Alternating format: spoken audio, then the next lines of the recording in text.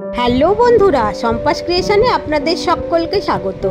আজকে তৈরি করব চিকেনের একটি চটপটা রেসিপি। অত্যন্ত সহজ আর ভীষণ সুস্বাদু খেতে।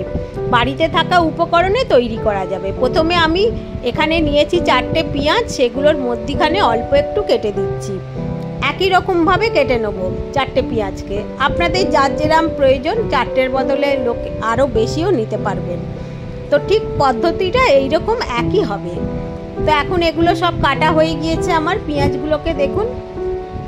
এখন আমি 4টে বিস্কুট নিয়েছি। যে কোনো রকম বিস্কুট নিতে পারবেন, বা আপনাদের যদি ব্রেড ক্রাম্বস থাকে তাও। আমার ব্রেড ক্রাম্বস নেই বলে আমি 4টে বিস্কুটকে এখানে গুঁড়ো করে নিচ্ছি। এখানে আমি নিয়েছি কয়েকটা বিস্কুট নিয়ে এখন গুঁড়ো করে নিয়েছি দেখুন। এবারে চিকেনটাকে একটু ছোট ছোট পিস করে কেটে নিচ্ছি।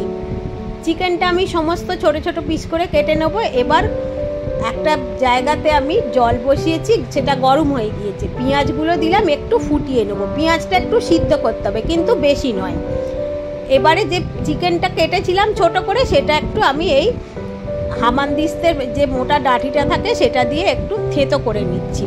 এটা আপনারা মিক্সিতেও করতে পারেন, মিক্সিতে বেশি কাদা কাদা হয়ে যায়, সেই জন্য আমি এটা দিয়ে করছি। বা শিলের নোড়া দিয়েও করা যাবে। পেঁয়াজটা এখন সিদ্ধ হয়ে গেছে। পেঁয়াজ কিন্তু খুব সিদ্ধ করবেন না। এখন আমি গ্যাস বন্ধ করে দিলাম। এবারে এই চিকেনটা দেখুন একদম আমার হয়ে গিয়েছে। এটা এবার আমি রেখে দিলাম।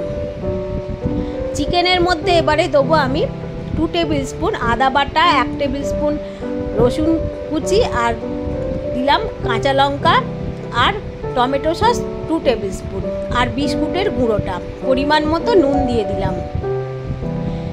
কালো গোলমরিচের গুঁড়ো ছোটো চামচের 1 চামচ, আর লাল লঙ্কার গুঁড়ো ছোটো চামচের 1 চামচ। এগুলো সমস্ত দিয়ে এটা খুব ভালো করে মেখে নিতে হবে।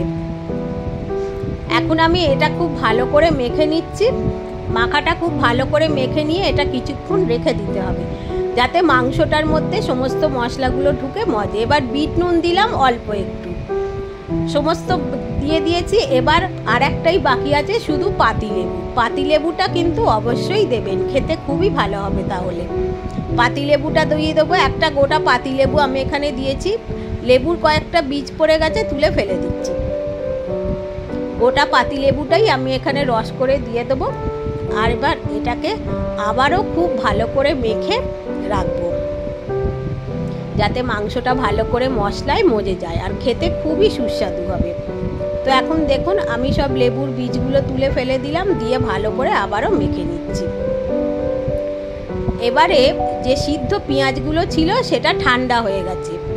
পেঁয়াজগুলো একটু খুলে নেবো গা থেকে, আস্তে আস্তে করে খুলবো।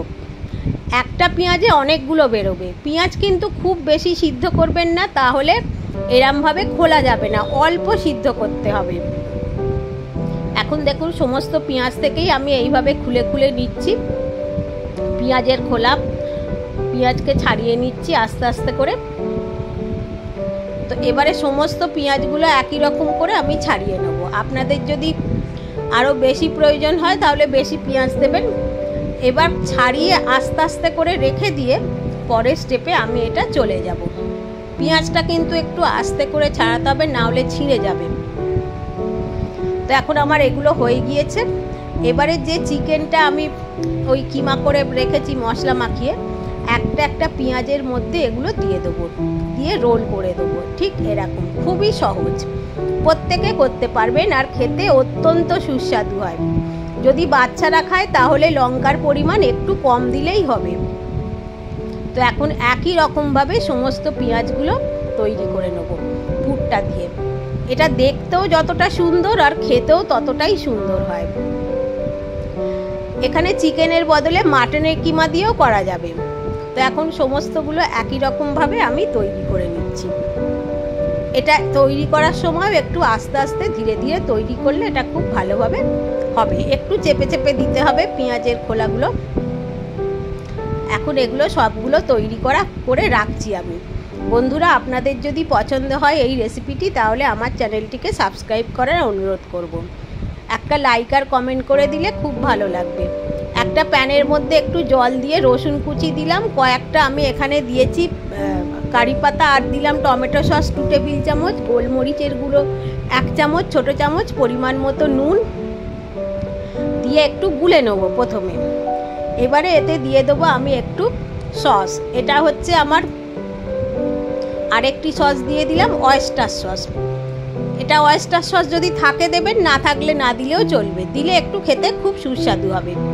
দিয়ে এবার এই যে পেঁয়াজগুলো তৈরি করেছি মাংসের কিমা দিয়ে, সেটা আমি এতে দিয়ে দেবো। এবার একটু সিদ্ধ করতে হবে, সবগুলোই একসাথে দিয়ে দেবো। দিয়ে অল্প একটু তেল চারদিকে ছড়িয়ে দেবো, এটা সাদা তেল, যাতে এই গ্রেভিটা খুব ভালো টেস্টি খেতে হয়। ঢাকা দিয়ে দিলাম, গ্যাসটা আস্তে করে দিয়েছি, এখন একদম লোতে এটা ফুটবে। অল্প একটু কারি পাতা আবারও দিয়ে দিলাম, কারি পাতার বদলে এখানে ধনে পাতা দিলেও খুব ভালো খেতে হবে। তো এখন দেখুন এটা একদম রেডি হয়ে গিয়েছে, গ্যাসটা বন্ধ করে দিয়েছি। এবার আমি এটা সার্ভ করে দিচ্ছি। এটা করে খেয়ে দেখবেন বন্ধুরা, অপূর্ব সুন্দর খেতে হবে, একটা খেয়ে থামতে পারবেন, এটা এতটাই সুস্বাদু খেতে হবে।